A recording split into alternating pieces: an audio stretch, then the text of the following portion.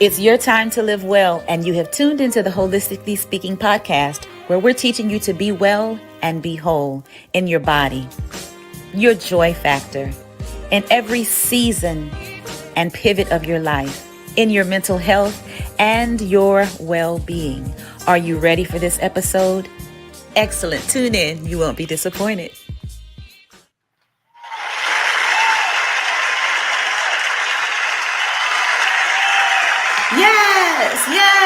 Yes. We are here for another Holistically Speaking episode. It is your well woman practitioner, LaShanna Moore. I am so grateful and so honored, as always, to be here to join you in another conversation, another intimate chat and talk. I'm going to take these specs off and hopefully I'll do good without them. And of course, my sidekick, Sister Lashes, have joined me again, and we're going to see how well we do this time. We'll look back on these humble beginnings and laugh when we have our production team and we have it all together, and the makeup artist is here, and we got all of that stuff going on. Don't ask me why I'm talking in my fake Jersey accent. We'll laugh at these days, because I think there was a few episodes ago, where I was like, you know what, bump it. I'm tired of playing with her. She's playing games with me, playing with my emotions, and I took her off. Okay. So if you see me fumbling with her today, you know what it is, you know the deal. But I'm going to try to,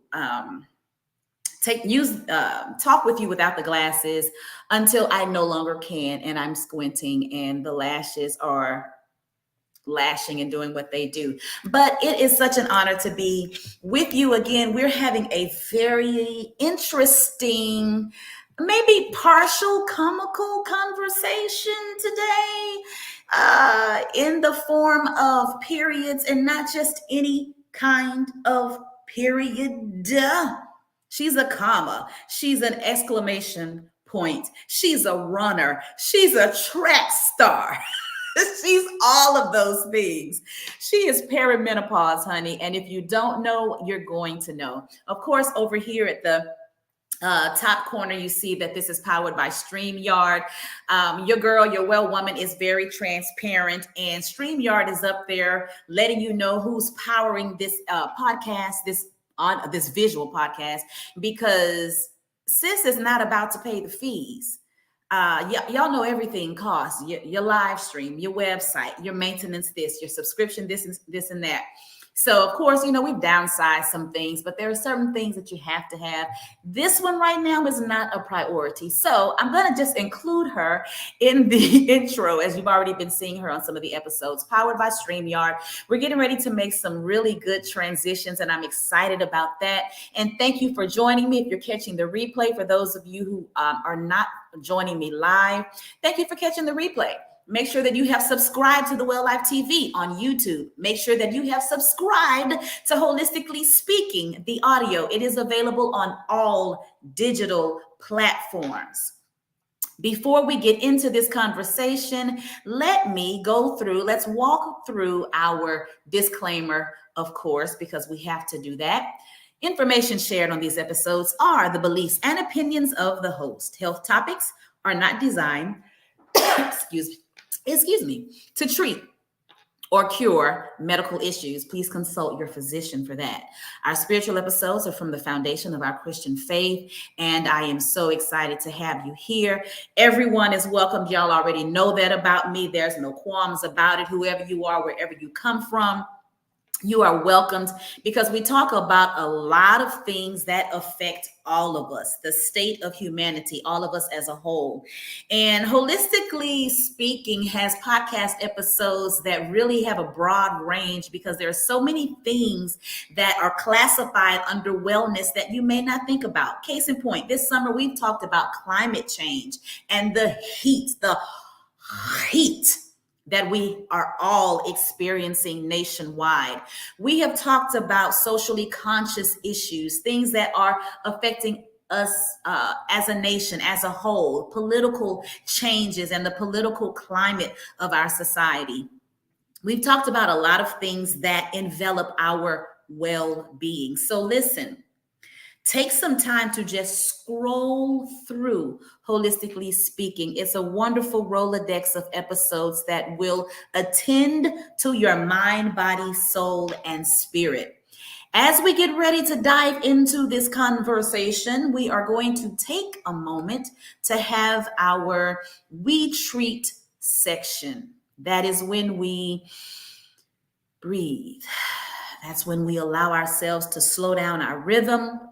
We take a deep breath through our nose and exhale through the mouth. We relax our chin, our chest, our face, our shoulders, our entire body. Because you may not have even recognized that through the course and the rhythm of the day, you've not really exhaled. So we're going to take just a few seconds to do that. Let's do it.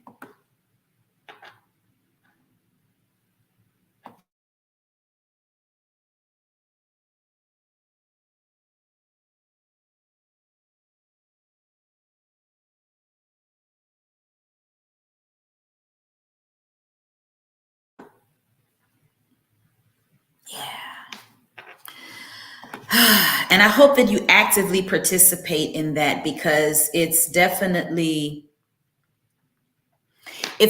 necessary. It is important that we do take the time to breathe and to change up the rhythm, just to make sure that we are well from the inside out.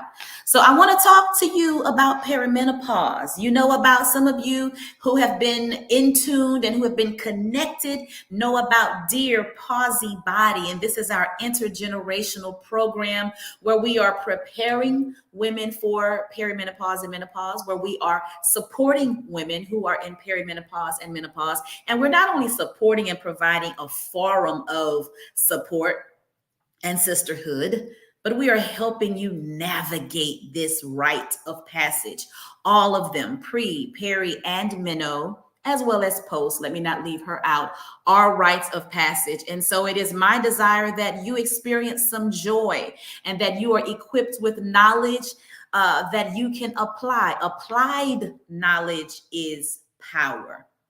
And so we're talking about the perimenopause season because it is a real thing. I'm going to put it up on the screen. I want you to see. I love this first image that we see. It's a calendar with a whole bunch of question marks.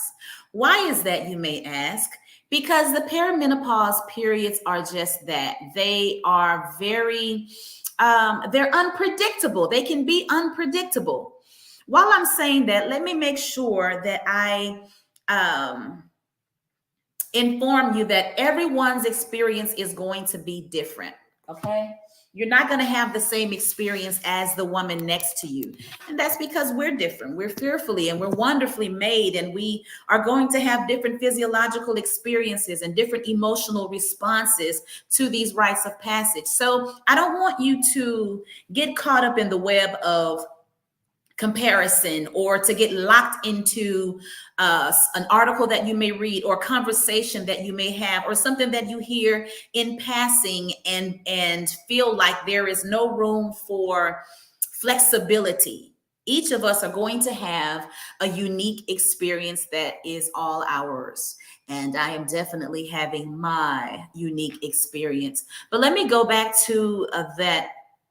I want to go back to the slide, and I want to share some information with you about the perimenopausal time. So again, in these episodes, I want to make sure that we understand clinical definitions. These are clinical definitions. So usually the beginning in the mid 40s, women after a phase called perimenopause, women enter a phase called perimenopause.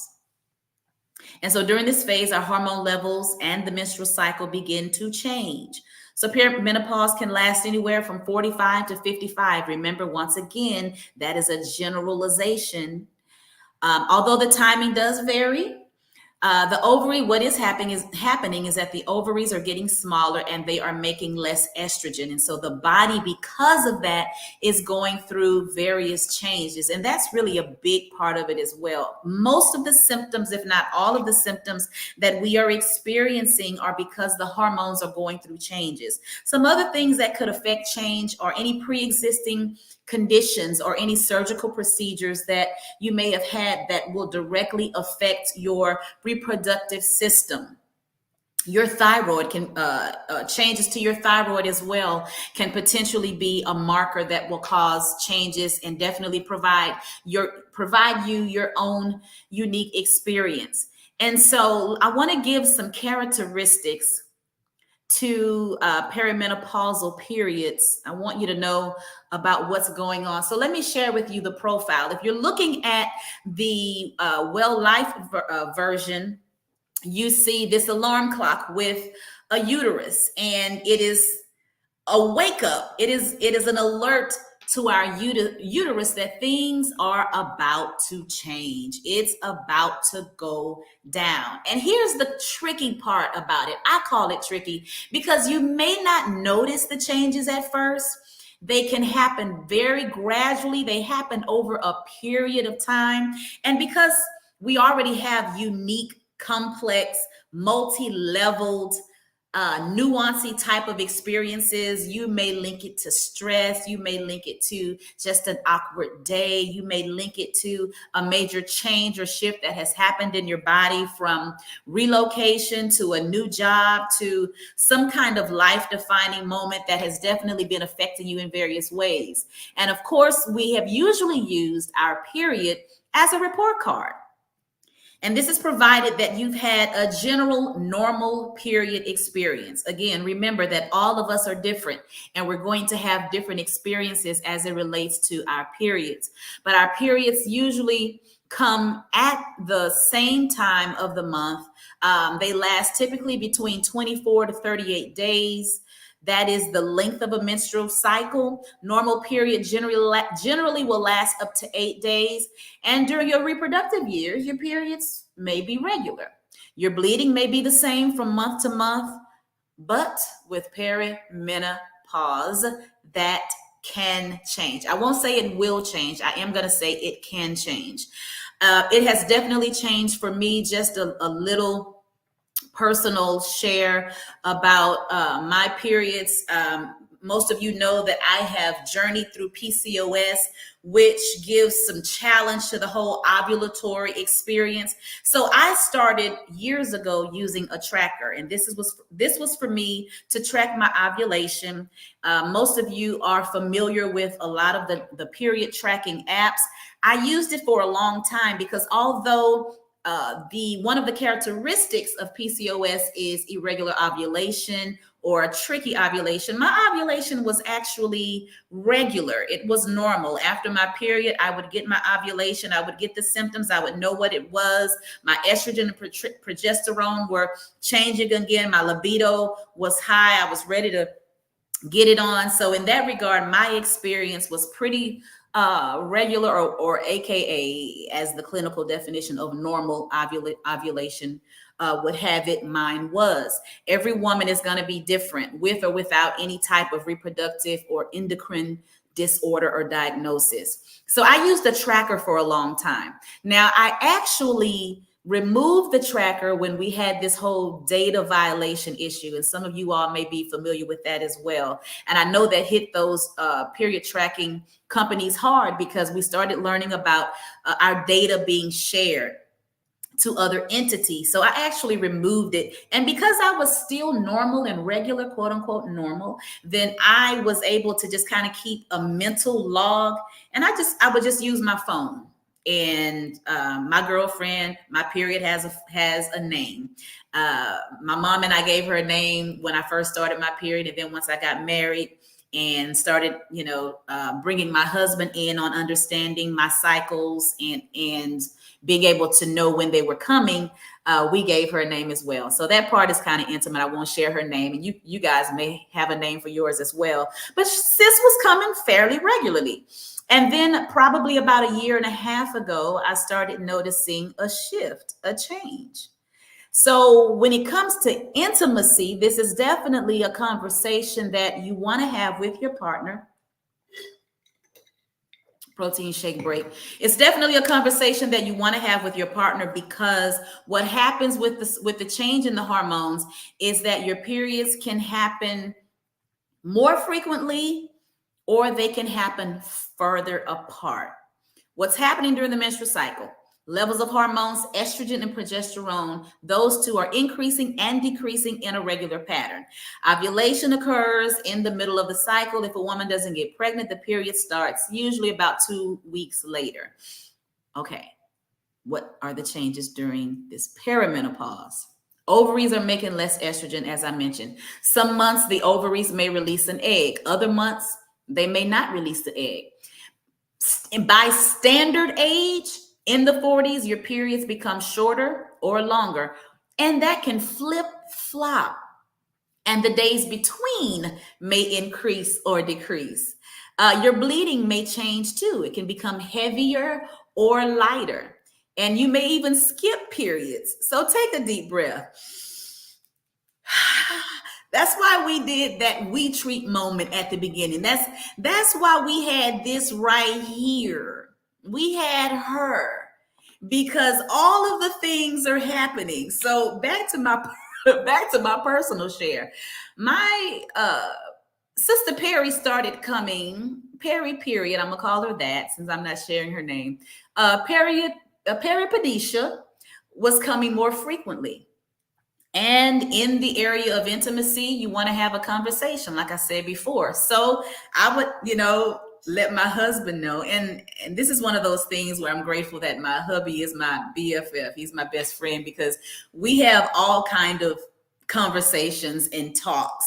If you're in a relationship or you have a partner, I hope it is the same for you, because you don't need to navigate this alone. It is not just your individual experience. It is also the experience of your partner, so that they can understand more about the female body. They can understand more about the pauses. Men go through their own. Andropause is theirs. We may do an episode on theirs, because they go through hormonal changes as well. They don't have a period like we do. So periodicea was coming a lot more frequent. And I would say to my husband, babe, I'm going to just use that name. Periodicea is back.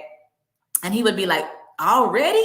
Again? I'm like, yeah, she back. And so for me, I was having 2 periods in 1 month, like maybe at the beginning of the month, and then right on the tail end of the month, bleeding into, pun intended, bleeding into the beginning of the next month. So if you want to track things like that, you are more than welcome to do that. Hey, beautiful. Thank you for joining me. So glad to see you. I hope all is well. Listen, we are having some serious conversation about this woman body. And so we would have that conversation. What I did was I informed him. I let him know when I knew that I was in perimenopause. And I think it took me a while to really understand that that's what was going on with me. I didn't have to go to my gynecologist to confirm it. I knew that I was in perimenopause. My mother had also talked to me about her experience. And so I just kind of pulled the two together, and of course, allowing space and grace for my own unique experiences to know, yep, she's here. And if this is happening to you, take another deep breath, because it'll make you feel some kind of way. And because of the stigma and the reputation of perimenopause and menopause, it has made a woman feel like she's declining. She's at the end of desirability, of relativity, of being identified, of being desired, of feeling desire. Here comes cue all of the drama and all of the symptoms and all of the discomfort and all of the dissatisfaction. And so that was another reason. Hey, love. That was another reason why Dear Pawsy Body came onto the scene. I have been growing with my brand, and you have been growing with her. And so it was only natural for us to make this graduation into perimenopause and menopause education. And so have that conversation. Let them know, your partner know. Also let them know how you need support. And if you're not sure, you go to your support group, you go to your physician. Let me insert this as well. On Dear Posy Bodies Network, we're providing you with physicians who are educated, who are trained in menopause, because physicians do not have to be trained. They are not trained in menopause. That's interesting, right? But it is not a course of study that is necessary for them. So you may feel or find that you're having certain experiences and talking to your doctor about it, and the doctor wants to either give you a prescription, write it off, or say get some sleep, or maybe you need to do this, more of this and more of that, and they don't really recognize that what you're dealing with is a great hormonal change that could be leading you into perimenopause, or skip, go, don't collect $200 like Monopoly and go right on into menopause based on your experience. Stopped everything to get on this conversation because your girl is feeling a certain kind of way. All of us are. We are feeling it. We are feeling it. And so we are here to talk about it. On this particular episode, we are talking about perimenopause periods. So if you don't already know, let me insert this, that perimenopause can last for 7 to 10 years. Now, I have met women who are 65. As of this week, a beautiful, gorgeous, fierce woman who was 70, who is 75, she has never had any pausal symptoms. Okay. If that's you, I don't want to talk to you. I don't want to talk to you, because a lot of us are feeling the things. About 20% of women, data so far is sharing with us that about 20% women may not feel any kind of symptoms. So your periods may or may not change. Is the intolerance I feel normal? Yes. And if you want to go into a little bit more detail for me so that I can address it directly, Elaine, you're more than welcome to. If not, I am going to be sharing the website too, so that you can join the community of Dear Posy Body. 7 to 10, take that back. Hey, sister, for those of you who are listening, you have to be here. You have to be here on the Well Live TV, because we're having conversations. So yes, it can last anywhere from 7 to 10. So what happens is, let me just kind of go on my rabbit trail, as I tend to do. Menopause, you are officially in menopause when you have gone 10 consecutive, I would say years. This is not the woman with the issue of blood. 10 consecutive months with no period. Now, I am looking forward to that. I'm over periodicea. I'm over it. I don't need it anymore. I don't need this. But that's our clinical definition of knowing when you have officially hit menopause. Now, postmenopause is considered as the rest of our lives. Now, with saying that, that doesn't mean that you're going to spend the rest of your lives in hell. That doesn't mean that you're going to spend the rest of your life feeling some kind of way, going through all the symptoms. That's why we're here, so that we can be support, be education, offer programs and services and coaching and all of that good stuff. And I so love it, because we've got both holistic and medical providers that are skilled in perimenopause and menopause. I really need to cue my applause track right there, because it's life-giving. So anyway, this is where we are with it, with the perimenopausal periods. What else do I want to share with you about it? I do want to approach knowing if your bleeding is abnormal, because my personal experience was that, and my story is that I had fibroids. Now, fibroids are going to bleed differently. Beat. It's not about the size of the fibroid. It is all about where the fibroid is located. Where your fibroid or fibroids are located are going to determine how you bleed. And so most of the women that I have worked with, have talked with, are familiar with, that have fibroids, definitely identify with the heavy bleeding. So my fibroids, I had to be special. They were heavy, right? For many years. Now, I went the holistic route. I didn't want to go the surgical route. That doesn't make me a hero. It doesn't make any woman that goes a holistic route and toughs it out and does all the things naturally. It doesn't make her a hero. It just simply means that's the route she chose. I'm tired of the shame between the holistic family and the allopathic family, or even women, even within the natural family, shaming other women because they have taken an ibuprofen or they reached for something that was not herbal. And even being an herbalist, I will say that some herbs work better for some women than others. So we're all different. There's no sensationalism in this. I went natural. It took me about 2 years just to immobilize the fibroids and to get my bleeding under control. Here's the flip. When I entered perimenopause, it started pouring down. Rain down on me. Yes, it happened. My periods got very heavy. So it did take me aback for a minute and emotional because of weight. I was like, wait, I've worked hard. I've done all the things to try to regulate my period. What have I done and what is going on? And ladies, that is one of our immediate responses when our body is changing. What have I done? Why is she broken? Why is she not working the way that I need her to work? And so what I like about Dear Pawsy Body is that it's about learning your body's love language, writing a love letter to your body. One thing that I have started to do is I talk to her. She's sister girl sometimes, she's little girl sometimes, she's baby girl sometimes, she's sis sometimes, and she's sus sometimes.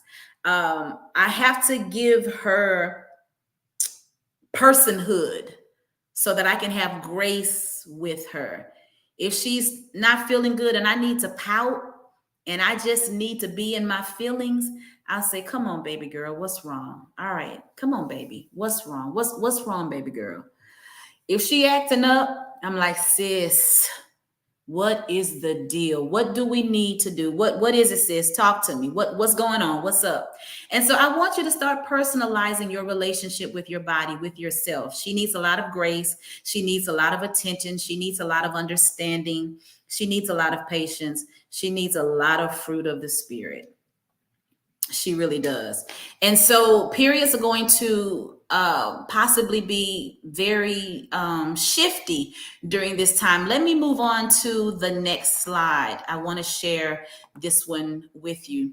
I've already kind of moved ahead of myself as I was talking, but this slide says that your menstrual cycles may lengthen or shorten, and you may begin having menstrual cycles in which your ovaries don't release an egg, which is ovulating. You may also experience menopause-like symptoms such as hot flashes, deep sleep problems, and vaginal dryness. Now, these are very real, and I am going to allow each of them to have their separate episodes because there's a lot of stuff that's going on in the body. Hold and halt. If you have not downloaded my free hormonal symptom tracker, it's on the website. Let me pull the website up real quick so that you can see it and you can bookmark it. When you go onto the website, look at the top, the download is up at the top, click it for free, and it's showing us all of the perimenopause and menopause symptoms, as well as less common symptoms or symptoms that would surprise you that are due to the pauses and you didn't know that it was the pause. And it's going to help you sigh, a deep sigh of relief, like, okay, this is why I'm seeing stuff out the corner of my eye, like somebody has just run across, or a rat just, that's me, that's my person, like a roach or a rat just ran across the room, and that's not the case. Or I'm thinking that I'm, got eye specks, in my eye, and I'm not seeing I'm seeing stuff.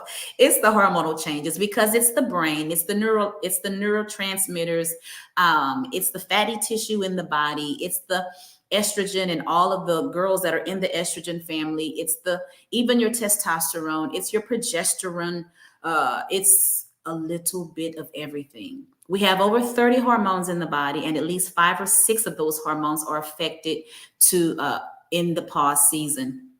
So this is what's going on. I'm gonna put that back on, and then we're going to hurry this along, because y'all know I try to keep these episodes within 30 minutes or so. So when you are going through this hormonal change and you are discovering the lengthening or the shortening of your period, the heaviness or the lightness of your period, because guess what? Oh, and I was so happy. Last month, she was almost non-existent. I was like, yes! One perimenopausal heavy day, and then the rest of the days it was like sprinkles. I was like, that's what I'm now, girl, come back next month and do that. So if I were to characterize and put my theater hat on, the way that the period could be, she can come and right, Elaine, okay, celebrate with me, please. Now it's like, she's like, all right, hey, she knocks on the door and I'm like, is Fabricia here? Paradisha here again? She comes, right? And then when she's ready, she's like, all right, I'm out. And I'm like, okay, so when you coming back? And she's like, I'll let you know. And I'm like, oh, okay. So that's what we're doing. That's what we're on now. Yeah. So that's what typically happens. Again, everybody's story is going to be different. All right, let's go to the next part. So this is the profile. We're trying to track Periodisha and what she's going to do and what she's all about and how can we help ourselves. So look at this. Let me take myself out of the picture so you can see the whole thing. Look at this graph of the estrogen hormone levels. And let me say this too. Thank you, Elaine. I have to talk about her like she is actually a person, because it's helpful when I want to be frustrated with her. Look at the graph, estrogen levels and estrogen deficiency. This again is a generalization, so you can look at this and pretty much get an idea of how your estrogen is going to behave for every decade from 20 to 70. And again, 70 being postmenopausal doesn't necessarily indicate that you're going to be symptomatic, that that there is any kind of symptoms that will be associated with postmenopause. It's just that is the term of life after the active menopause season. But the red signifies estrogen. And so what you'll notice is the subtle decline and fluctuation, because right around 35 and 40, she's in the valley of indecision. She doesn't really quite know yet what she wants to do. You're still in a very reproductive time during that time.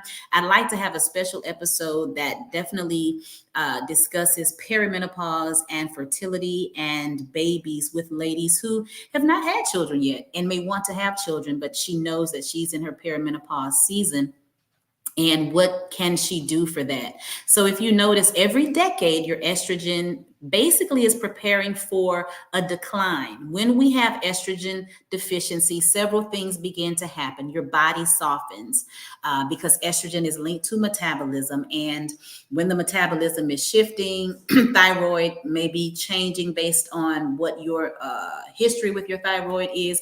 Insulin resistance a lot of times comes into the picture. You don't necessarily have to be diabetic to be insulin resistant. As the hormones shift, you're going to possibly experience some of that. And so the estrogen will cause some shifting in our bodies, in our muscle and in our bone health. And that's what is happening during that time. So I want to show you this next slide. I'm going to move on and we are almost there. Just give you a few things. When I talk about herbs, a few holistic ideas and suggestions. Now, of course, I have already given you my disclaimer. And as an herbalist, I will encourage you to work with me. Work with an herbalist, someone who you can share your medical history with. Because even though some herbs may be considered a safe profile, you can have a contraindicative experience with them, and you don't want that. But some things that can help with estrogen and with these perimenopausal periods are omega-3 fatty acids. That's really across the board for anything. You can supplement it or you can eat them. You can eat omega-3s.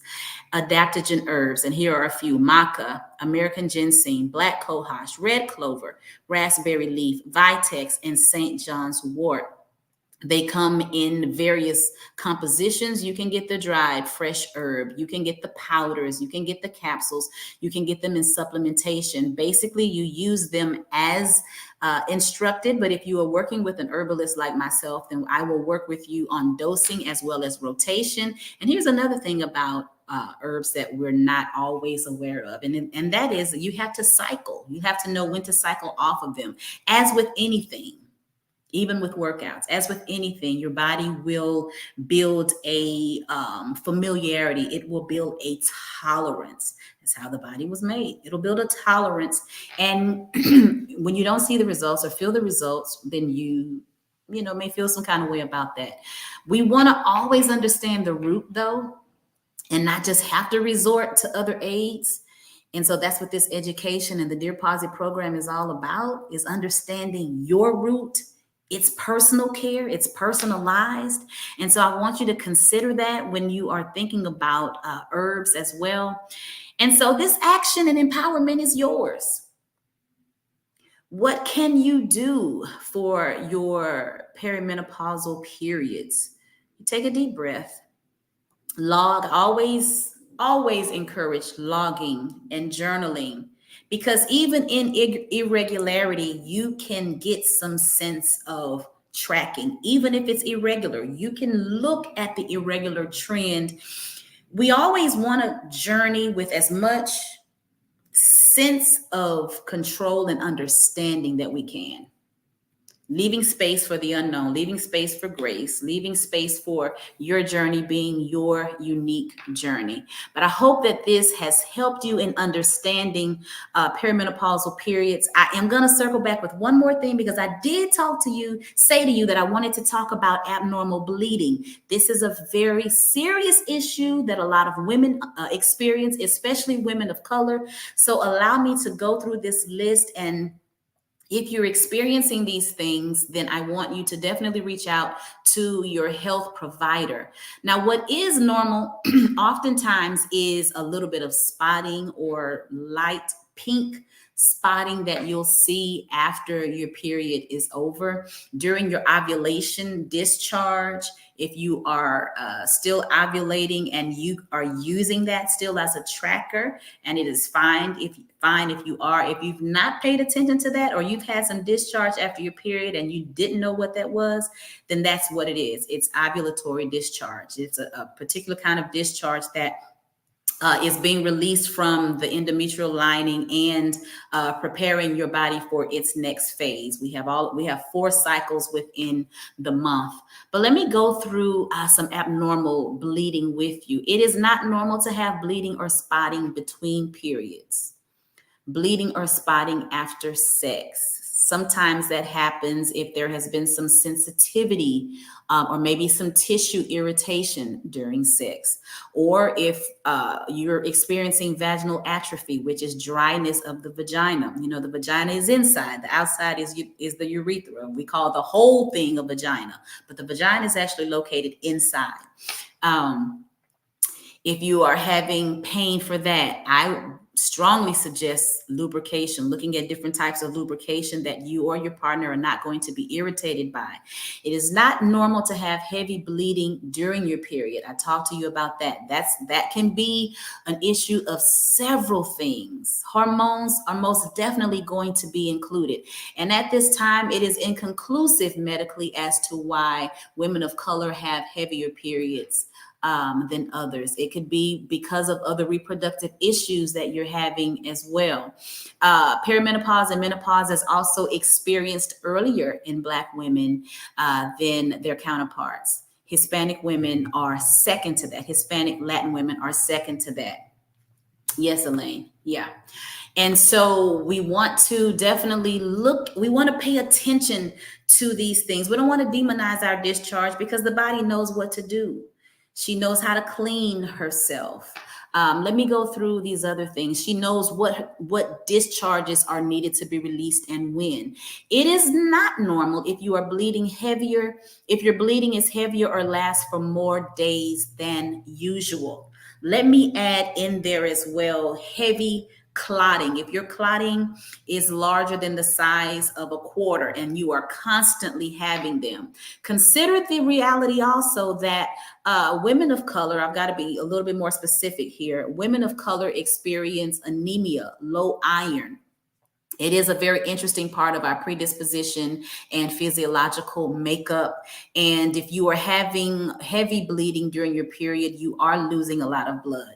I don't want you to put that on the back burner either. I want you to have constant, consistent, progressive conversation with your physicians to get to the root of the issue. I have had it before. I've had a blood transfusion before, and I've had iron infusions before. And my journey with my hematologist now is to get to the root of it. Why is this happening? And so sometimes, we get used to things and we just kind of accept them. And we're not supposed to. The body is smart. And the way that God made the body is smart. He knew that our body would need to send us messages. And then here's the other one. This is the one that I'll end with. If you're having bleeding after menopause, then that is an issue that you want to take up with your physician as well. Listen, be steadfast. Have a health team that you are comfortable with, those that answer questions, not just medicate, but answer questions. You have the right to a second and third opinion. You have the right to politely ask your physicians if they are trained or in menopause, or if they have worked with women who are going through hormonal seasons. Ask politely, because to many physicians' defense, a lot of them are doing the best that they can. I don't want to demonize them all, because you've heard me say too, in my field of functional medicine, holistic health, there's a lot of shadiness as well. So have kind conversations. And if you are dismissed, if people are not treating you like you deserve to be treated and making you feel subservient or inferior, then it's time to pivot. And you have the right to do that. So let me put on the screen now how you can subscribe and visit the website. My Holistically Well website is here scrolling. It is Holistically Well, and that's holistically with a W, holisticallywell.co. There are a lot of resources on the main site regarding women's health. And for all things hormonal, then you click over and look, I'll make these links live in the show notes too, so that all you have to do is click the link in the show notes and you'll have access to them. Elaine, come. I'm so glad you found this. I'm so glad you found this episode. Yes, we've got to have them. I knew that it was necessary for me to share my journey and to get back into the groove, because I've started training again and offer this much needed information. So thank you. And please do connect. It'll be in the show notes. So you all, there it is. There you have it. And I'll end with this. As always, never forget, our desire is that we are well and we are whole in this life. You have a right to be well. You have a right to be whole. It is your birthright. Don't struggle through anything, because you don't have to. All right. It has been your Well Woman practitioner, LaShanna Moore, reminding you to be well, be whole. Until the next time.